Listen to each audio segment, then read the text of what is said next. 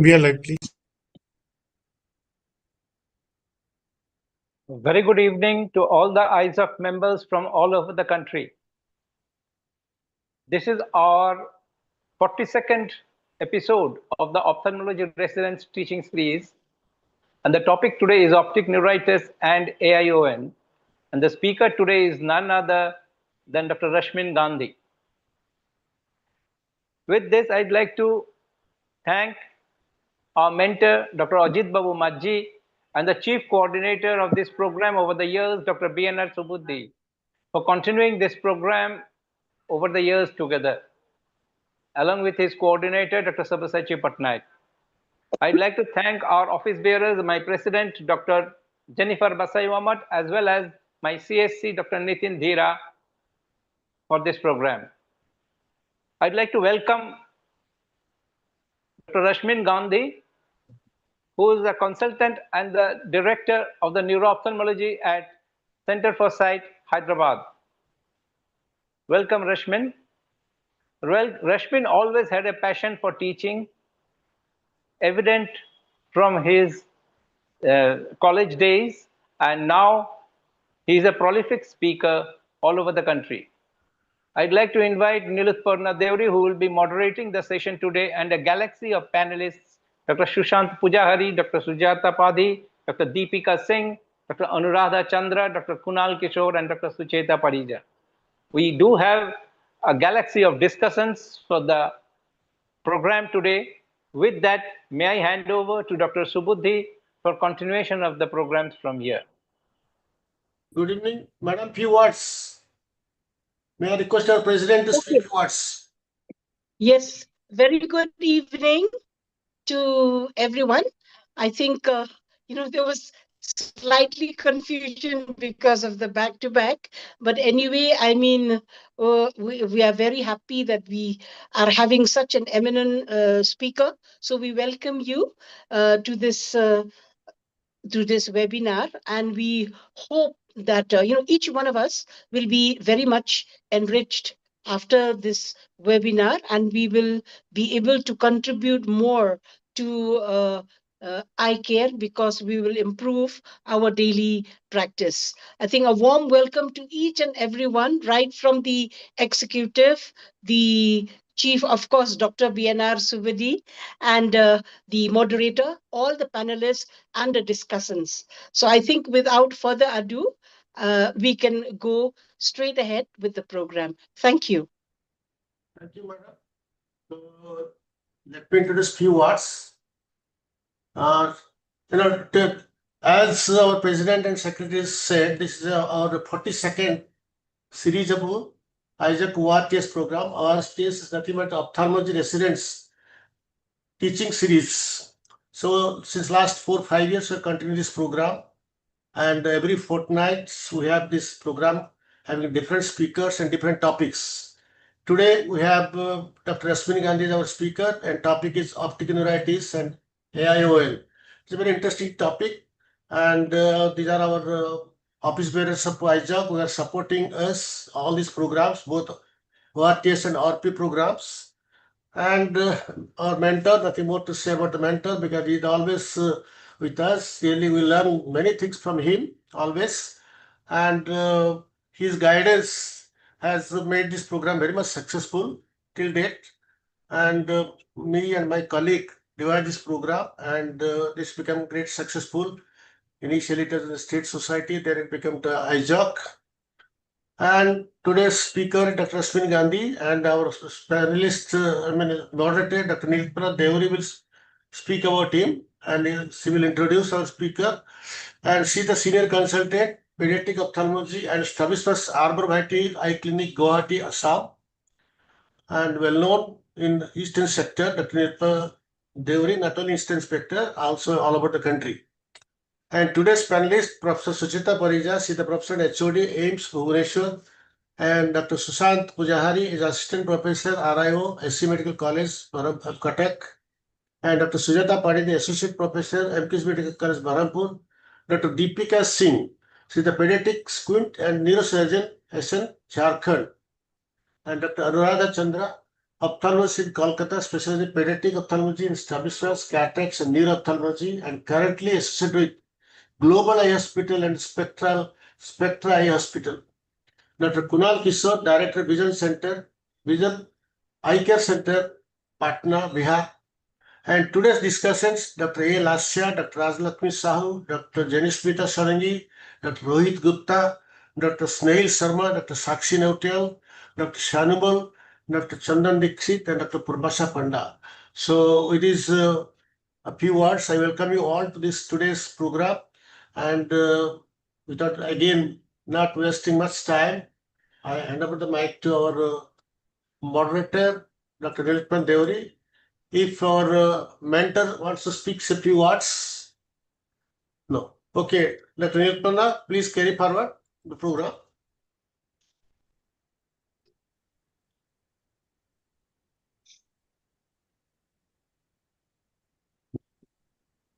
Any problem, Nilpana? Connectivity, I think. Because it's raining here also, it's heavily. She's come. Okay. Hopefully it should. Chalega. I think she's gone.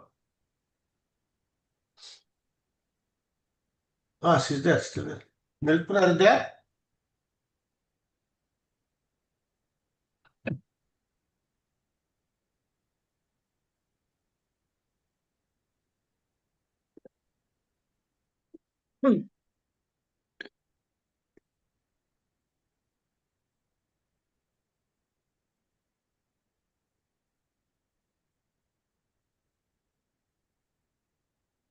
Okay, I think we can proceed. We may have some Yes. issues with the. So let us. It's over to Dr. Rashmi Gandhi. Already, everybody. Everybody introduced, and he has come at least 2 to 3 times before also in our programs. So welcome, Dr. Rashmi Gandhi. Please carry forward. We are still Nilpras is not come.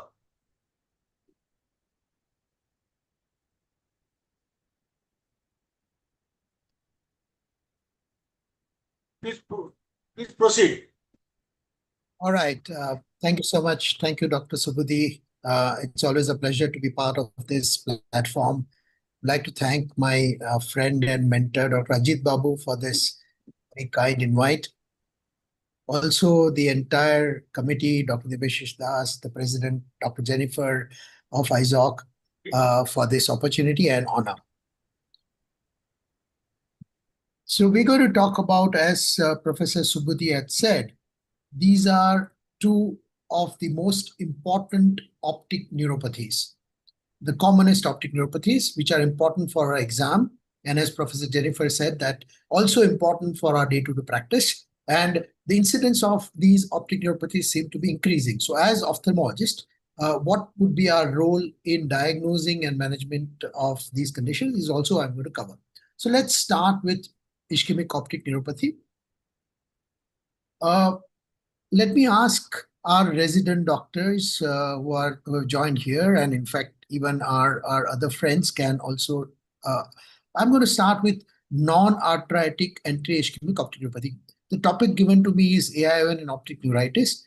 Ischemic optic neuropathy can be classified as AION, which is anterior ischemic optic neuropathy, and PION, which is posterior ischemic optic neuropathy. We're going to talk mainly about AION. AION can further be divided into non-arthritic and arthritic anti-ischemic optic neuropathy. So let's start with non-arthritic AION.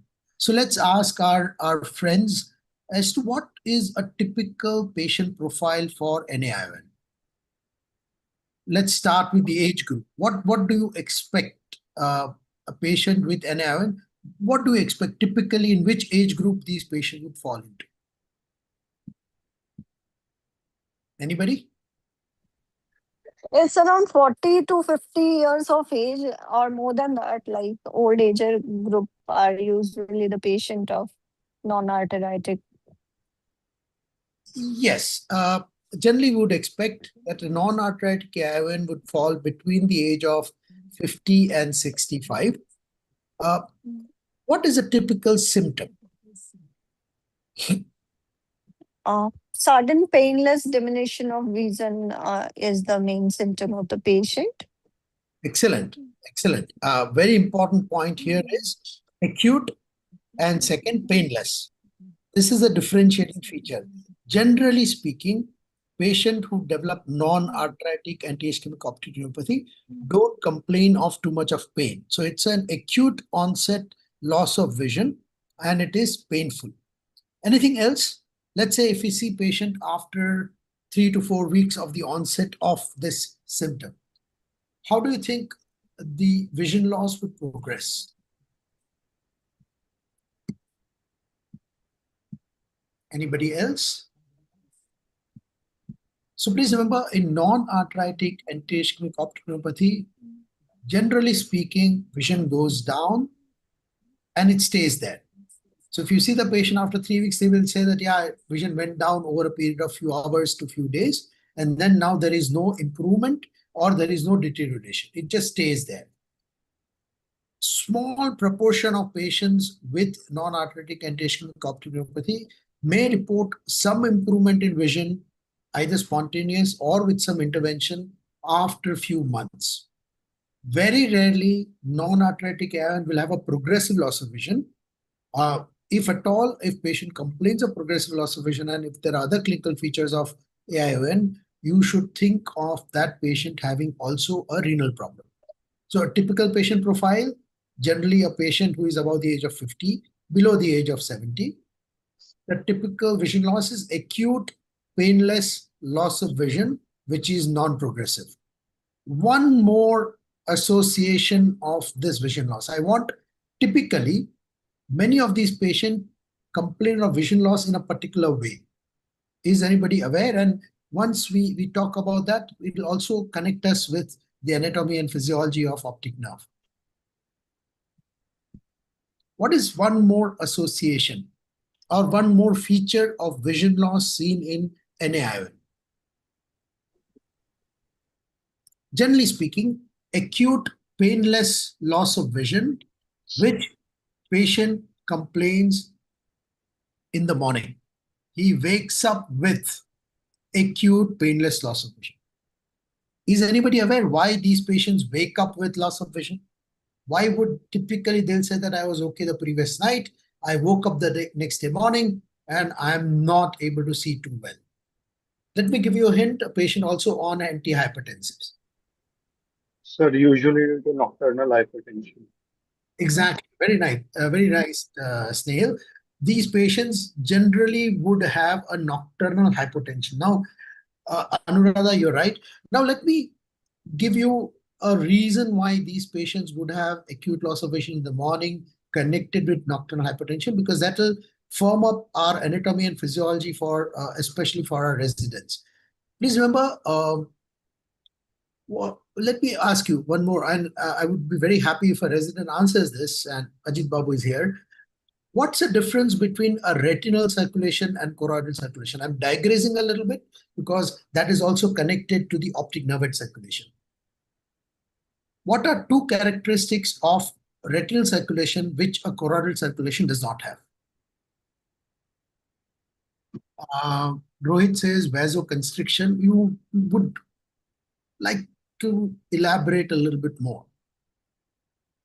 If you do FFA, what would you see initially when you capture choroid? And how is that different from retina? So you see what is known as choroidal flush. What is choroidal flush? Basically, a dye which reaches the choroid, diffuses out a little bit, giving an appearance of choroidal flush. What it tells you that choriocapillaries are not part of blood retinal barrier. However, the retinal circulation, the central retinal artery, the capillaries, the retinal capillaries form the blood retinal barrier. The blood retinal barrier is formed by RPE, tight junctions between RPE, and a tight junction in the capillaries in the retina. This blood retinal barrier also extends to optic nerve circulation. The second characteristic in the retinal circulation, which is also seen in optic nerve circulation, is something called autoregulation. Now, what is autoregulation? Autoregulation is a feature by which the blood supply to a target organ or a target tissue is managed by the local metabolic needs. So if there is a local increase in carbon dioxide, there is vasodilatation to flush that carbon dioxide away. If there is an increase in oxygen locally, there is vasoconstriction. So in other words, autoregulation is a phenomena by which a blood supply to a target tissue or organ is managed by the local requirement. Optic nerve head also has an autoregulation. It is believed that the patients who develop non-arthritic anti-ischemic optic neuropathy has defective autoregulation of the blood supply to the optic nerve head. And that's the reason why when there is a hypotension in the night, normal patients, when with the intact autoregulation, this hypotension will be compensated by reactive vasodilatation locally. However, these patients, they have a defective autoregulation, so hypotension would not be compensated for, implying that there is a decrease in blood supply in the night to this optic nerve head, which is not compensated for, leading to disc edema, leading to pressure on the axons, and that's the reason why these patients wake up with reduced vision. So typical patient profile, typical symptoms, sudden painless loss of vision, which does not progress, and patient wakes up with a loss of vision in the morning. The fundus picture, anybody? So this is where a patient developed AION in the left eye. You see a hemorrhage on the surface of the disc. This is the right eye. Forget about this little pale looking appearance of the right eye. What is the feature in the fundus that you need to look for if you're suspecting an AION in the other eye? And this is something which is very important exam question. Small hyperopic disc. Exactly. Crowded disc is the feature that we should have to look for. The other eye generally would show small disc with a small cup, what is also described as disc at risk. This is something which is always asked in the Viva. What is a disc at risk? And that is a small disc with a small cup in the other eye. So it implies that the small disc with a small cup is a risk factor for patients. And you're right, Rohit, you wrote it in the message that it's a small disc at risk. Excellent. So once we see this patient, let's say we saw a 46-year-old female, acute loss of vision, disc at risk, and hyperemia, this is what we'll do to confirm our diagnosis of non-arthritic AION. Please remember, non-arthritic anti-ischemic optic neuropathy is a clinical diagnosis. As of now, there are no known confirmed markers which will tell you that, yeah, this is AION or this is not AION. So these are the optic nerve function tests that you'll perform in patients with NAION. Anybody is aware what is the importance of what would pupils demonstrate? If patient has a monoocular NAION, what would be the feature in pupils?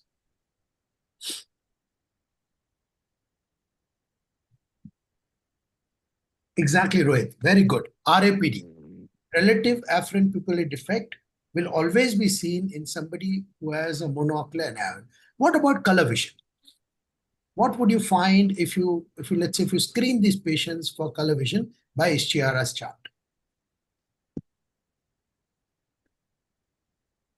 Rohit says red desaturation. I don't disagree, but a little more, especially for postgraduates, is something which will be diminished color vision, says iPhone, and you're right, iPhone. I don't know, I don't see your name there, but absolutely right. Diminished color vision. The characteristic of diminished, yes, Deepika, thank you. The characteristic of a diminished color vision in patient with NAION is that dyschromatopsia generally is parallel to reduced Snellen's visual acuity. This is in contrast to optic neuritis, where color vision loss will be much more than Snellen's visual acuity loss. In patient with optic neuritis, patient can have a 6/9 vision, but what you'll find is that color vision would be disproportionately decreased.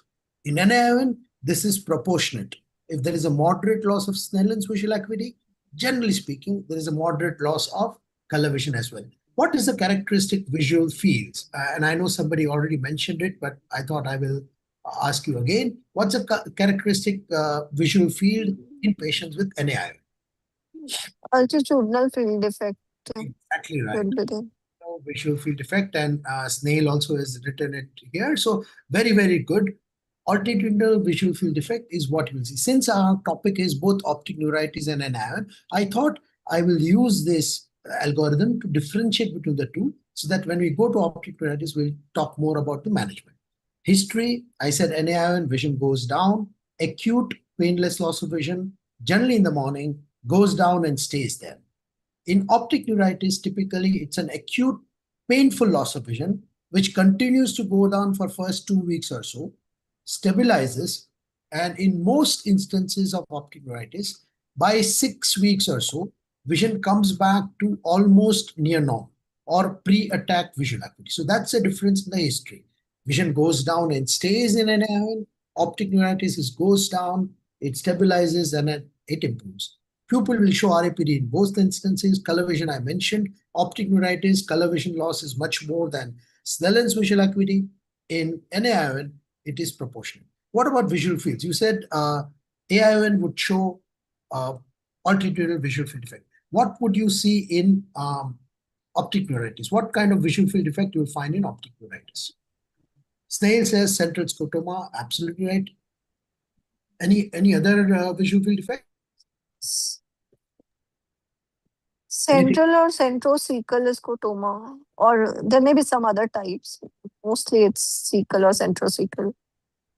What's the difference between a central scotoma and a centrocecal scotoma?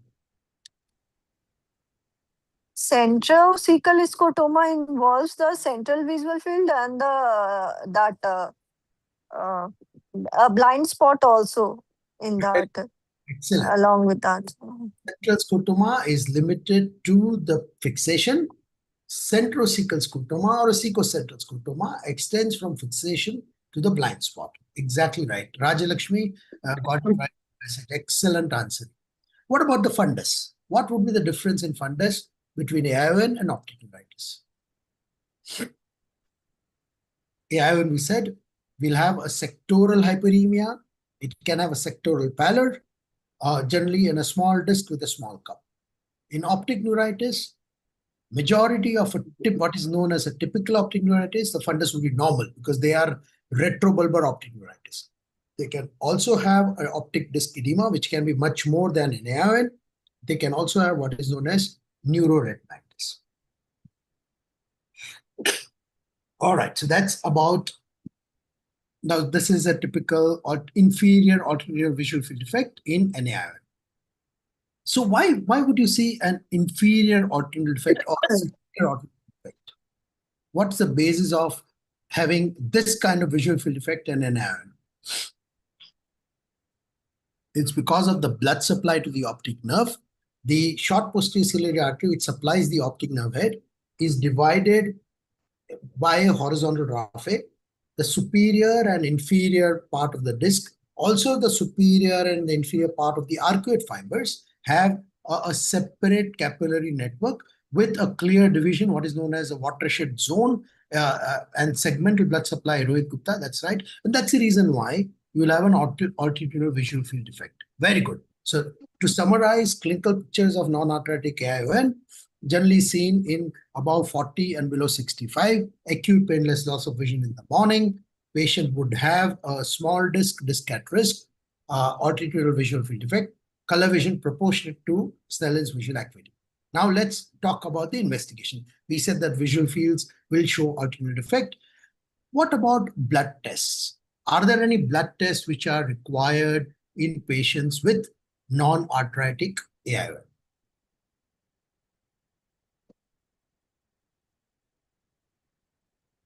Yeah, what blood tests are necessary or can be done?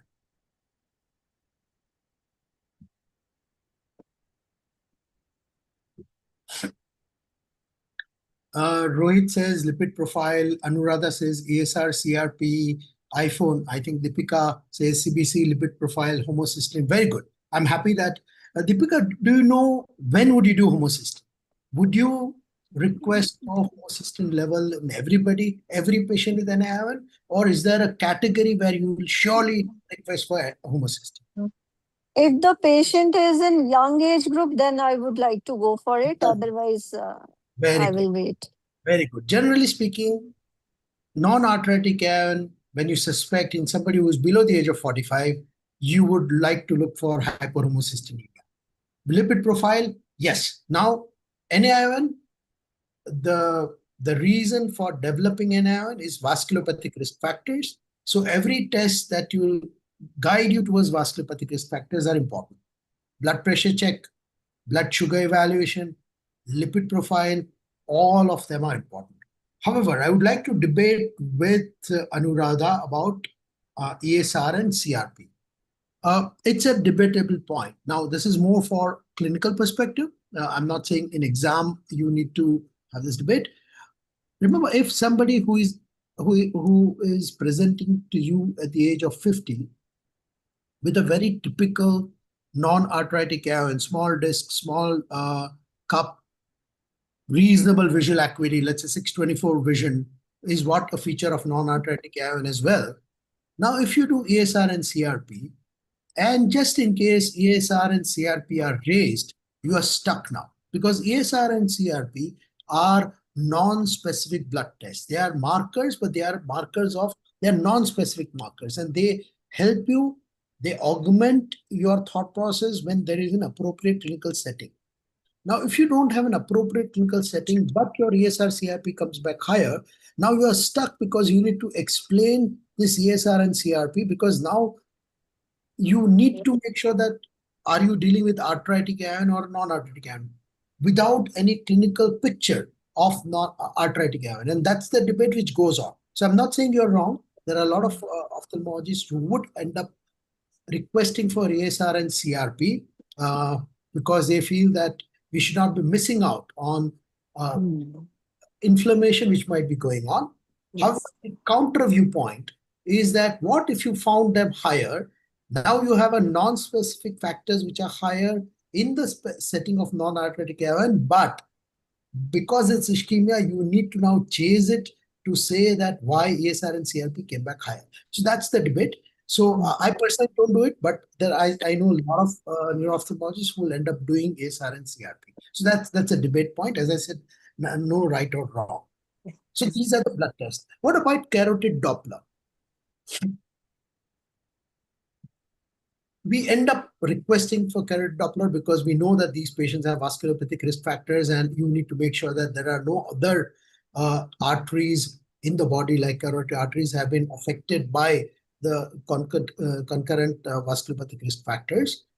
However, a study which was done in the US, it was called IONDT, they found that carotid Doppler did not really associate too well. The findings in carotid Doppler did not associate too well with the ischemia of the optic nerve. So again, a debatable point. I personally would request for carotid Doppler, but if a postgrad student, if very rarely, especially if you're writing FRC's exam, you may be asked about the role of carotid Doppler, and you should be aware that while carotid Doppler is not obviously it will aid to what you are doing to the patient, but in the setting of NION, the study said that it did not really had any further additive effect on patient management. Neuroimaging, I'll come to neuroimaging in the patient who is 40 and above and has an optic neuropathy when we are discussing optic neuritis. 15 years ago, if patient had an NION which looked like NION, you will not be requesting for neuroimaging because you said that it can't be anything else. It's a clinically proven NION. However, there has been some thought process now because of some of the newer forms of optic neuritis, which may mimic NION in this age group, and that's the reason why neuroimaging might have a role to play. So what do you do? Now you have done these blood tests. What is our role as an ophthalmologist if you suspect a patient who is having a non-arthritic AION? The main important point to be noted is that these patients have to take care of their vascular risk factors. So the most important point is to get them to their primary care physician and make sure that entire their systems are in order. What about the treatment? This is again a residence question and also a clinical question. We will discuss the treatment based on experience and evidence first, because the evidence is patchy, and that's the reason why we sometimes treating these patients based on experience or even emotion, because we want to do something for the patient. We want to offer something to the patient, and that's how we end up treating these patients.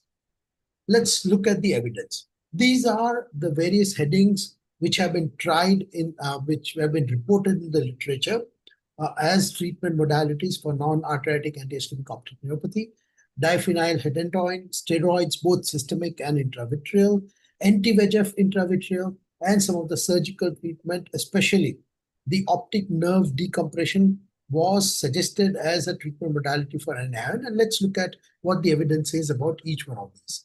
So diphenylhedantoin, in a randomized trial long ago, it concluded that it was not effective for NIN. Now, these are, as I said, important points to be written in the short notes.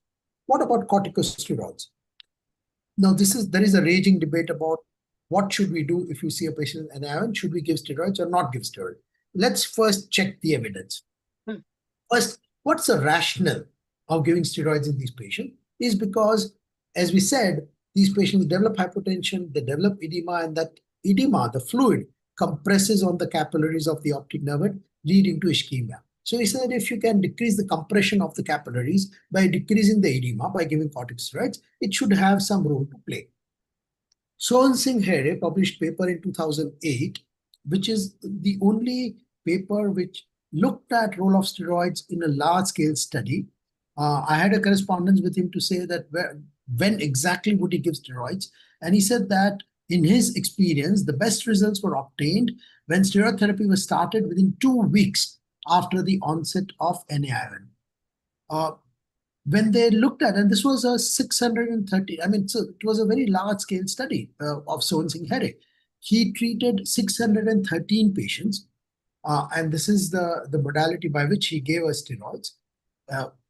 The patient was given a choice. Would you take steroids or would you not take steroids? After explanation of all the pros and cons of steroid in NIN. A patient who opted for steroids, so on, and then it was tapered. What did they find when they gave steroids? He found that close to 70% of the patients who were treated with steroids had an improved visual acuity versus 40% in an untreated group. Visual field improvement 6 months from the onset, 40% of the patients who had a steroids had an improved visual field versus 24.5. So in other words, if you look at this picture, look at this slide, you say, oh, steroids have a role to play. However, there was a slight problem with how the study was designed. As I said, this was a patient choice study. So patients were given an option of taking steroids after explanation of probable side effects. So patients who had a severe disease to begin with a severe vasculopathic risk factors, would not opt for steroids because they know that they are going to go downhill as far as their systemic problems are concerned. So in other words, patients who are not doing well anyway did not opt to take steroids, and hence the non-treated group ended up having a poorer outcome, not because the steroid worked or did not work, but the patient selection itself was a little skewed towards a good patient taking steroids because they probably would not become worse versus a bad patient. And there has been, again, a study and paper where it said that a significant number of these patients who have NIN can also have macular edema. And a lot of these patients, macular edema either would dry up on its own or would improve with steroids, and hence the visual acuity improved. It was not that the optic nerve or a capillary had any impact because of steroids. It was the macular edema drying up which led to improvement in vision. So these were the criticism of the study. What about intravitreal steroids? Data is sparse. Anti-VEGF was tried. In fact, it did not really improve the visual acuity. It did dry up the disc edema much faster. So if we gave an Avastin or any other anti-VEGF in non-arthritic AIN, the disc edema would disappear very fast. But it did not have any impact on the visual acuity or visual fields. Avastin has been associated, there are reports of Avastin itself causing some amount of disturbances in CNS. And theoretically, intravitreal injection or any intravitreal injection in itself AIN is all about pressure. You have intravitreal pressure, which is intraocular pressure, you have blood pressure and capillary pressure. And intracranial pressure. So you have three pressures at the optic nerve end: intracranial pressure, blood pressure in the capillary, and intraocular pressure. So when you inject any substance in the vitreous cavity, then it itself can produce little fluctuation of pressures among the three. Here, intraocular pressure, then itself theoretically can cause AION. So that's the point against anti-VEGF. I don't give any intravitreal injection. In fact, most of the people now have stopped giving any intravitreal injections for AION. Same applies to erythropoietin or hyperbaric oxygen. We don't have enough material to say that any of these work or are safe. So that's the reason why they are not really right now recommended. Surgical option, as I said, compartmental syndrome. Can you do surgical decompression in this patient? IONDT, ischemic optic neuropathy decompression trial, said that decompression surgery actually can be harmful. These patients ended up having CRAO, and they didn't really show any improvement anyhow. So that's the reason why decompression also is not advised in AION. I'll skip this case to say, what do you do then if you don't really have anything? So any treatment should pass one of these tests. It can be must do. You have to do it. Second is should do. The evidence says that if you do it, it'll do something good for the patient. Could do is where, well, maybe it'll do something good for the patient. Maybe you are not really doing any harm to the patient. Voodoo and do means you really don't know anything about that treatment modality. It's just a magic that you are banking on. So steroid somewhere probably in AION falls into could do. The general consensus is that if the patient comes NAION in the first 10 days, you end up giving oral steroids for 6 weeks, start and then taper over a period of 6 weeks. Anecdotal evidence that these patients would stabilize faster. However, there is no randomized large-scale trial to back it up.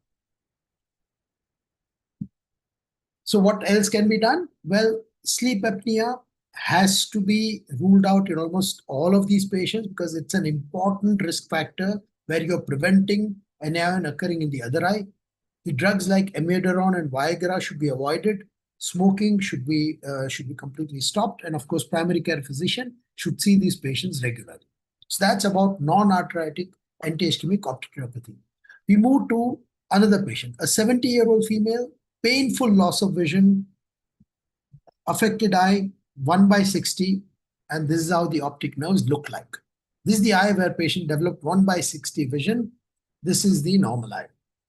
So what are you seeing here? And what are your other history questions that you'll ask in this patient?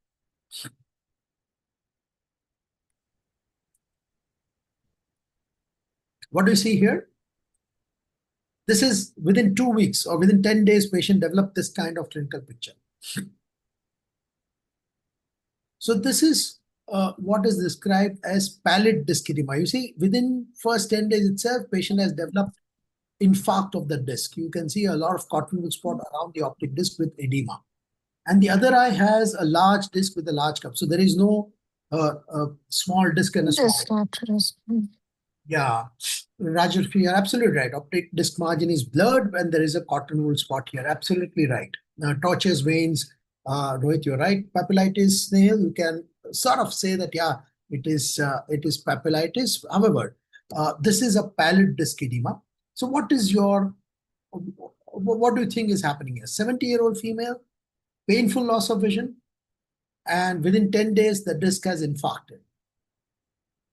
What history points would you ask here? And then what would you do next? This is a very important Viva question. Dr. Babu will end up asking this question. He is a very well-reputed examiner for Royal College of Physicians and Surgeons, Glasgow. And this is often asked in FRCS. So Lasya says headache and jaw claudication. Amazing answering. Very, very good answer, Lasya. How do you ask for jaw claudication? What do you ask a patient? Deepika says any systemic disease, and I agree with you. So jaw claudication is painful mastication. Do you have a difficulty and pain when you chew solid substance? So the questions in the history that you need to ask is headache, excellent. Jaw claudication. Some of the important associations which are often missed is unexplained weight loss, night rise of fever, and what is known as polymyalgia rheumatica. That means migrating joint pains involving both the small joint and large joints. So patient would have headache, jaw claudication, unexplained weight loss, evening rise of fever, and PMR, polymyalgia rheumatica, involvement of small and large joints where the joint pain keeps migrating. These are the questions that you need to ask to confirm whether the patient is suffering from vasculitis like giant cell arteritis, which has resulted in this kind of picture of arthritic AION. The confirmation of this diagnosis is by temporal artery biopsy. So this is another picture showing AION. This is a patient having pallid disc edema. You can see disc has already infarcted in acute stage, also associated with branched retinal artery occlusion, which is also a feature of giant cell arteritis. For the postgraduates, the examiner wants to hear, you need to say the statement that AION is a medical emergency, patient requires an admission, and would require ESR, CRP, and platelet done immediately. And these patients have to be given steroids, IV methylprednisolone, on the urgent basis. Why are you giving IVMP? Not so much to improve vision in this eye, which may or may not improve or very unlikely to improve, but this patients can have involvement in the other eye within the matter of few hours. Please remember this visual loss is irreversible, and if the other eye gets affected, the patient has become blind. Also, because this is a systemic disease, the inflammation of the artery can affect the other part of the body, leading to stroke or even myocardial infarction. So it's an emergency, ASR, CRP, platelets, IVMP urgently, and that's mainly to prevent other eye. So that's about ischemic optic neuropathy. Just one word about PION. It's a disputed entity, also can be seen in GCA. However, posterior ischemic optic neuropathy, generally the diagnosis is made in the setting of hypovolemia. So somebody who has undergone a prolonged surgery, like a cardiac procedure with hypotensive anesthesia, or a prolonged surgery, spine surgery, with the postural changes. These are the patients who can wake up with a loss of vision. Now, there are two possibilities. When a patient who underwent hypovolemia during surgery wakes up with reduced vision, there are two possibilities. It can be either PION or it can be a cortical process. All right, cortical process called PRESS. So that is, PRESS is a reversible problem, while PION is an irreversible problem. How do you confirm whether it's a PION or a PRESS? You look at the pupil. If it's an optic nerve problem, you'll find RAPD in that eye or pupils to be dilated. If it's a cortical problem, pupils will be brisk and of normal size. So that's about ischemia of the optic nerve. Let's quickly go and talk about the optic neuritis. 24-year-old female, discomfort around right eye for last three weeks, sudden blurring of vision, visual acuity in the affected eye 636, the other eye being normal. So first question you ask is this really a visual pathway lesion? We'll perform the optic nerve function test, including pupil, color vision, visual fields. What could have caused it? So we spoke about this. What could have caused it? It's a young female, history of ocular pain. What else would you ask in the history?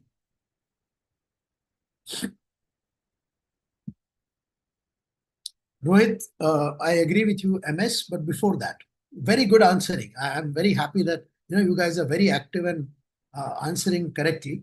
But before that, what would you, exacerbation with activity? Very good. What is it called? Snail. Very nice. Exacerbation with activity. After exercise, after hot water bath, it's called Uthoff's phenomena. Excellent. When present, Uthoff's phenomena is very, very characteristic of multiple sclerosis. Increase in the body temperature after exercise or hot water bath can, for the reason not known, reduce visual acuity, and that's called Uthoff's phenomena. What is Pulfric's phenomena? Rohit, you wrote it there, so maybe if you want to come on camera and answer it, or even on audio, it'll be easier. Okay, so Pulfric's phenomena is also Altered perception, excellent. Altered perception of moving object. Rajat, yes. Rohit, you want to answer a little bit more? It's because of the problem in the conduction. So there is a altered stereopsis of the perception of the images of the two eyes. If one eye is seeing normally, the impulses from the other eye will get delayed, or there will be the problem in the perception and the stereopsis of the other eye. Brilliant, brilliant, brilliant. Very, very good answer. So basically, as you know, this is a feature of multiple sclerosis. Multiple sclerosis, a basic problem is demyelination. Myelin sheath is lost. Myelin is like an insulator. It speeds up the conduction along the optic nerve. Now you have optic neuritis in one eye, but there's a loss of myelin there. So one eye, the signals are going fast. The other eye, the signals are going at a little lesser speed. This does not, perfect cannot be seen when the visual acuity is very poor. So one eye, the visual acuity or the conduction is normal. The other eye, the conduction through the optic nerve is little slower. So if the object is moving in one line, it will appear as if it is moving in the rotation. The typical example is given is generally object. When you hang an object and then just move it in one line, it will appear as if it is rotating because of the differential, as Rohit very rightly mentioned and Raj Lakshmi mentioned, because of the differential speed. Excellent. So these are the questions that you want to ask. Uthoff's phenomena, Pulfric's phenomena, and you obviously are looking at diagnosis of optic neuritis. What next? As I said, these patients would have an improvement in vision after 3 to 4 weeks. What would you do next?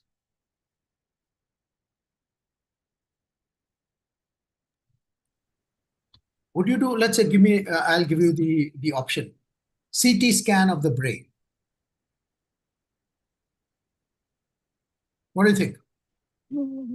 We would like to do the MRI of the brain and orbit with contrast. Excellent, Rajlakshmi, Snehal. Sorry, you all had written there. I didn't see the Rohit, Snehal, Rajlakshmi. I acknowledge MRI, brain, and orbit. Anything else with contrast? Anything else?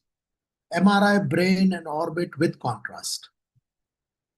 With, if you answer that, Dr. Babu, if he's in FICS, will be very happy. With fat suppression. If you want to see the optic nerve properly, optic nerve and fat would have a similar signal on MRI. So if you tell radiologist that you are suspecting optic neuritis, he will run a sequence called fat suppression, by which the optic nerve, if there is a hyperintensity along the optic nerve, it will become better. It will become more visible. All right. So typical optic neuritis, initially we thought that MRI would give you only prognosis. What is the study which was done for optic neuritis, based on which we have written all this?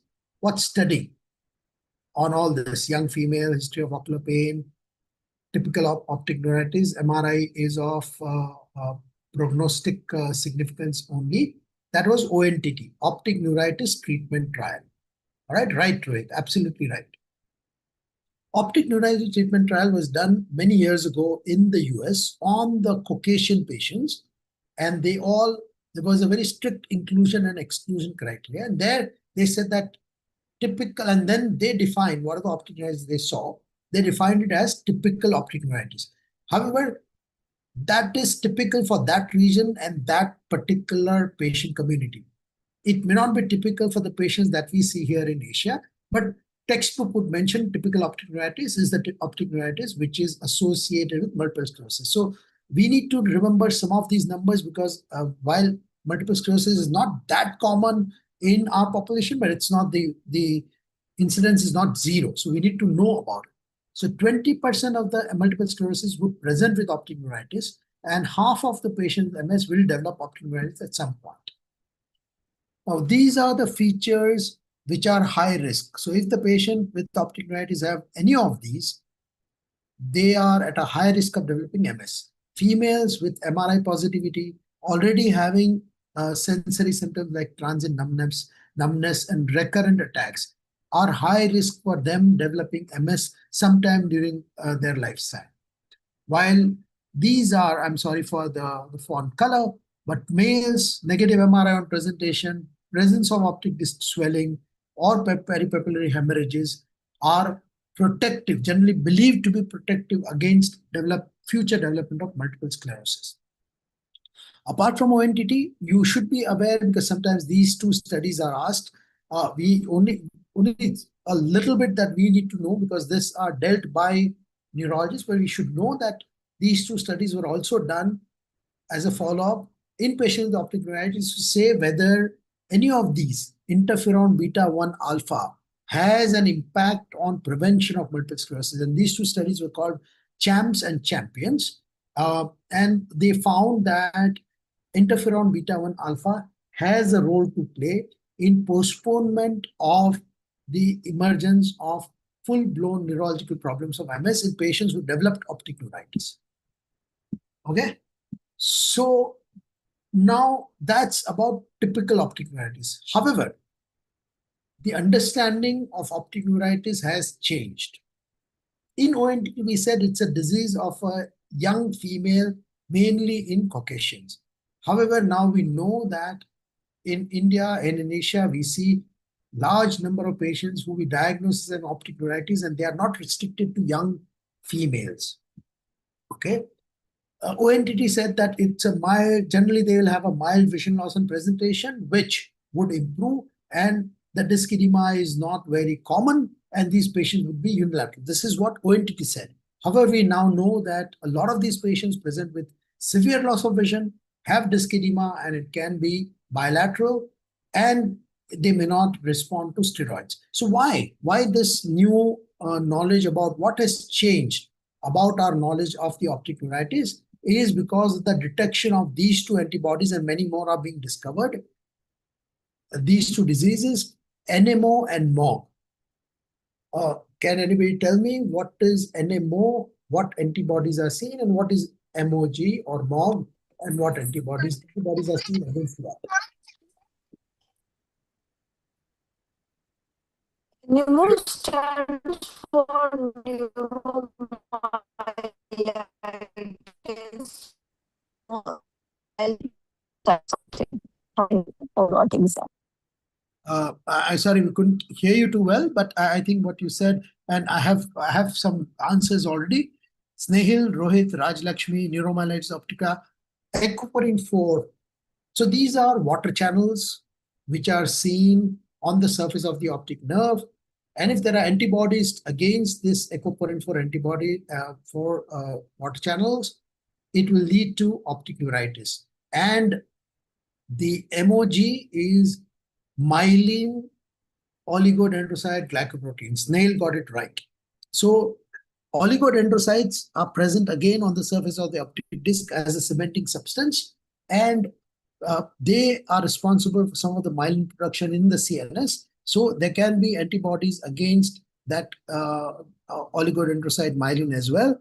And these two antibodies are known to cause optic nerve inflammation or optic neuritis. And these patients with optic neuritis behave differently from what we study in ONTT. And that's why now the typical patient profile, and that's why I said in NAION, when I said that a 45-year-old female comes to you with disc edema, 15 years ago, we would have said no MRI required. But now, because we see this NMO and MOG also affecting patients in their middle age and even older age, patient with optic neuropathy, even in that age group, threshold to request to MRI is low. We should still go ahead and do MRI, because for all you know, you might be dealing still with optic neuritis. And these are some of the clinical features which will tell you that maybe we are dealing with NMO and MOG. Patient complaining of absence of pain, but a disc edema, bilateral presentation, and a severe vision loss. And then when you give steroids on this patient, there is no response to steroids. And patient has other symptoms like the important symptom for postgraduates, for NMO, a symptom that we need to ask is hiccups. NMO also has a demyelination, but this demyelination can occur in the area of hypothalamus. And that's the reason why these patients can have nausea, vomiting, or hiccups. Right? So these are the features of, or clinical features of NMO or NMO spectrum disease. And on MRI, and that's the reason why every patient of optic neuritis should get the MRI. where you'll have involvement of chiasm and optic tract, which is not seen in generally patients with multiple sclerosis. So if you get the MRI done, and if you find that there is hyperintensity in the chiasm or optic tract area, maybe you're dealing with NMO. Now, how does it matter to us? Because these patients, neurologists now do plasma exchange very early, because these patients, these are very severe diseases and much more likely to develop severe neurological problems like paraplegia. So why it is important for us? Because bilateral presentation, disc edema, profound vision loss, which are the features of this NMO and MOG, would only be known to us. Neurologists will not know. So if we tell neurologists that this patient has a probable bilateral disease, has a significant disc edema, neurologist is already alert that maybe we are dealing with antibody-mediated optic neuritis, and he may go ahead and do plasma exchange early in the disease, which can save patient. The vision also may improve, and at least the neurological deficit would be saved. And that's the reason why this is relevant for us. MRI brain in orbit with contrast, early treatment, low threshold for plex. These patients, especially NMO, would require long-term immunosuppression like azathioprine. And you should not give interferon in these patients because that can actually end up making these patients worse. So in other words, optic neuritis and AION are two of the commonest optic neuropathies. Initial period, we said optic neuritis would be seen in young patients and AION would be seen in older patients.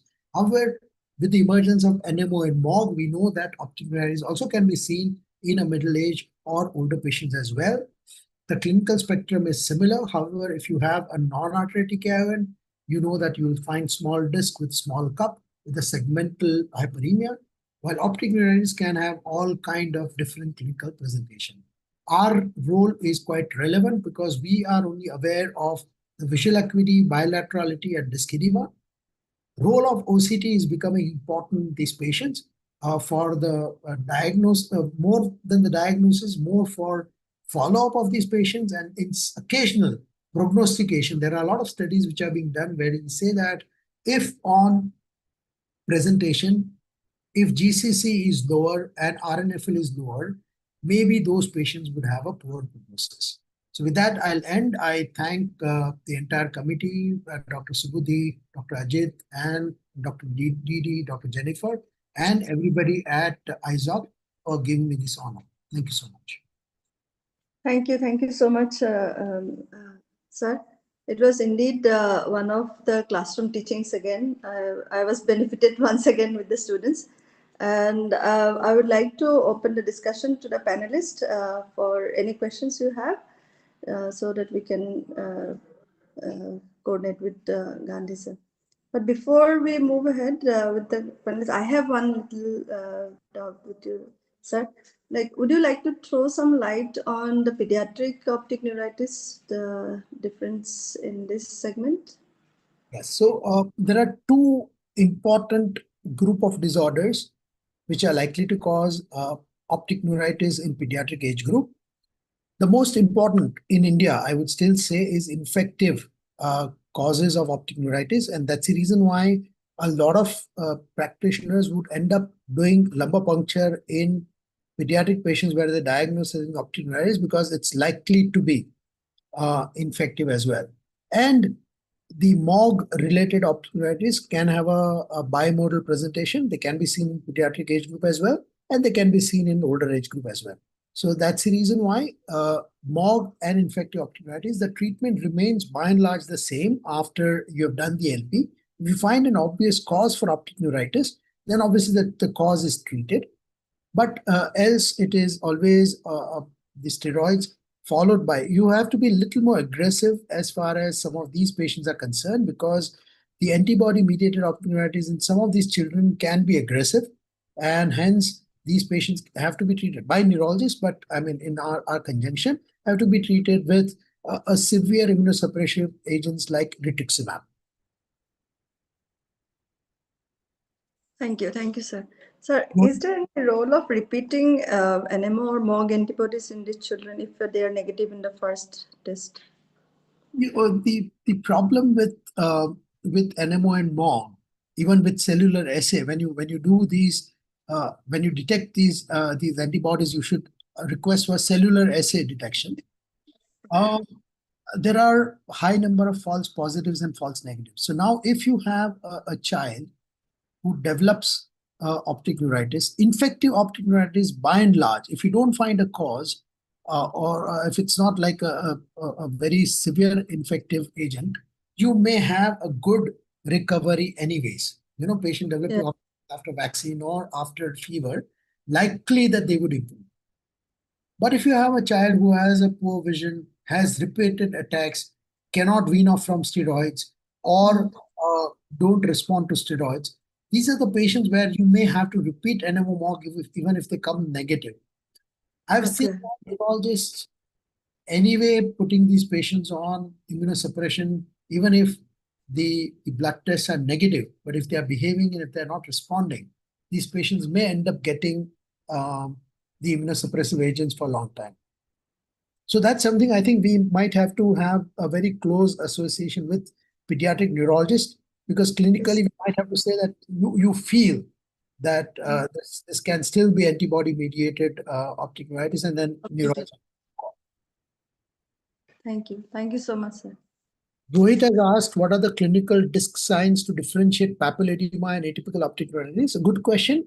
Please remember, papilledema, you label a disc edema as a papilledema only when you know that the cause is raised intracranial pressure, right? If you have a patient who has a disc edema, but if you don't know whether it's what the cause is, we call it bilateral disc edema. So papilledema is likely to be bilateral.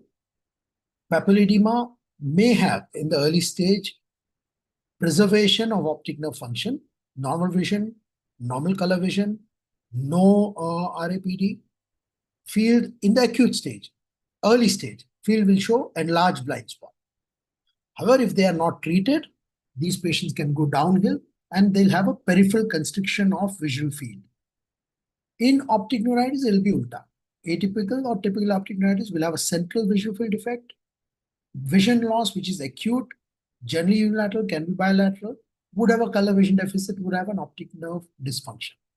Not very sure, go do the MRI.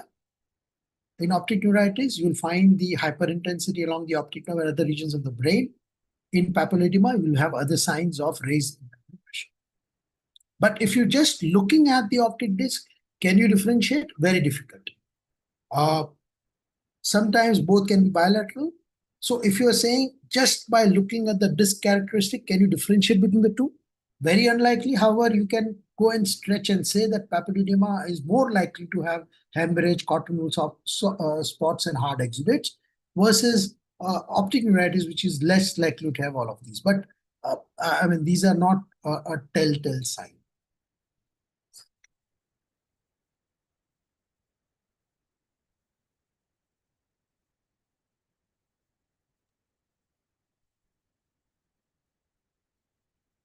So, Sucheta, any comments?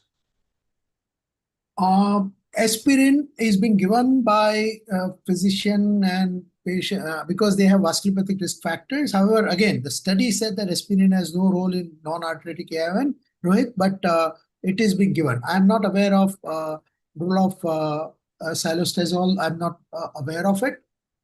And whether it will increase the perfusion, it is being claimed, but we are not very sure. There is no study to say yes or no.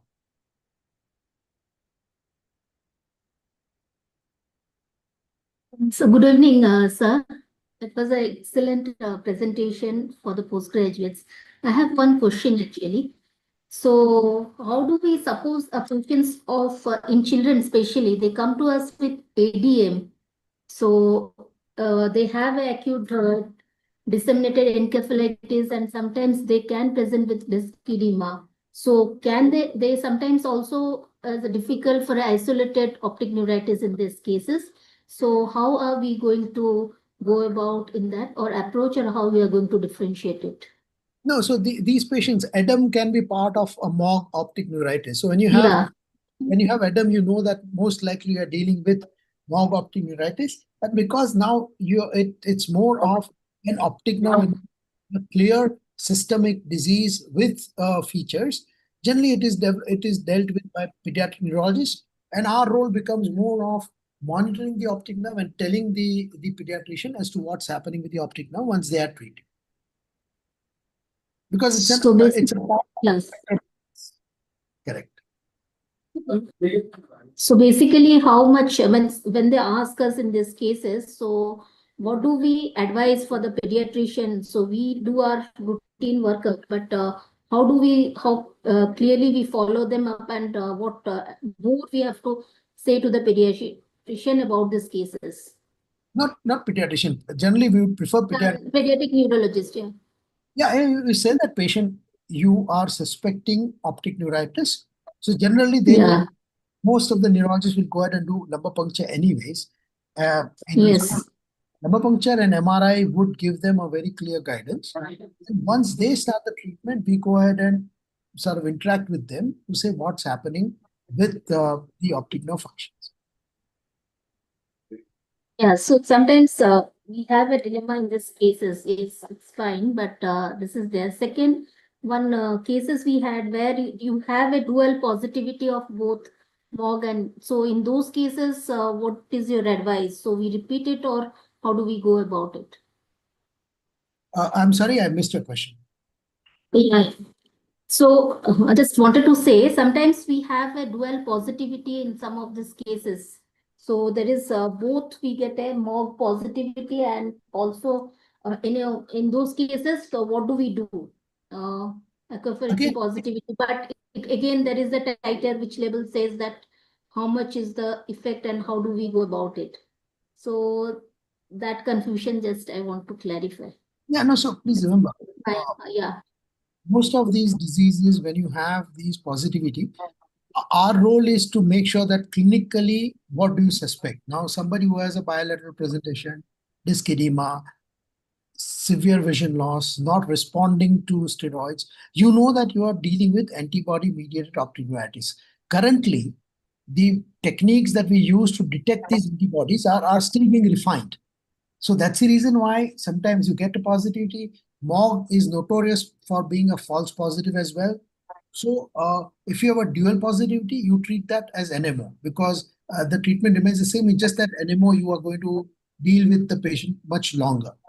And please remember again, if you have positivity of the antibody, primary treating doctor would be your neurologist because now these patients are much more likely to have a severe neurological diseases. So both of us, you and a neurologist, treat them together. And our role is to say what's going on with the optic nerve. A snail VEP was being used for non-symptomatic optic neuritis as a sign of multiple sclerosis before MRI. So if you had two attacks or if you have one optic nerve already affected clinically and the other one having a subclinical optic neuritis, only way you could have detected at that time was by doing VEP. And if you had a prolonged latency, you would have said that, yeah, this patient is likely to develop multiple sclerosis and so has to be treated appropriately. However, after the advent of MRI, we are not dependent on VEP so much for the prognostication of multiple sclerosis. Yes, we have been using RNFL and GCC to monitor optic neuritis. However, we still don't have a cutoff number to say that if GCC at this level, prognosis is better or good. Only way you can say, especially if the patient had a disc edema to begin with, and if RNFL goes down and GCC is stable, you know that this patient is improving. If RNFL is going down and GCC is going down during follow-up, you know that these patients are still losing axons despite your treatment. We generally end up initially when you are doing, when you're following up these patients, initially you follow it up every week for the first 6 weeks or 8 weeks. That is what I do. And after that, every month, if the patient is stable or improving, then you follow it up every 3 months. Now, in the first 3 or 4 visits, it might be a good idea to do, let's say, 2 OCTs per month 2 visual fields per month. There have been studies for OCTA, not so much of NAION, but arthritic AION. Ramesh and others from LVPI published a paper also in OCTA angiography to say, can you demonstrate the decrease in perfusion to choroid and relate it to arthritic process going on? I don't think OCTA in itself as a modality is mature enough to say yes or no at this moment. I would like to have indulgence of Dr. Ajit Babu also to say whether I'm right or wrong, but at least in neuroophthalmic diseases, it has not reached a stage where we can base our conclusion on this. If it's present and if it's matching, we'll say, yes, this is good. If it's not present, but you still have a clinical suspicion, you go by your clinical suspicion.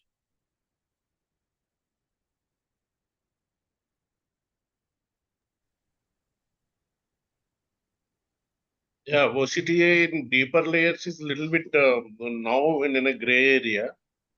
Still, we need to have more studies to define the choroidal layers actually. Deeper layers of retina, superficial layers of retina can be well defined. Over deeper layers of the choroid are little bit dicey.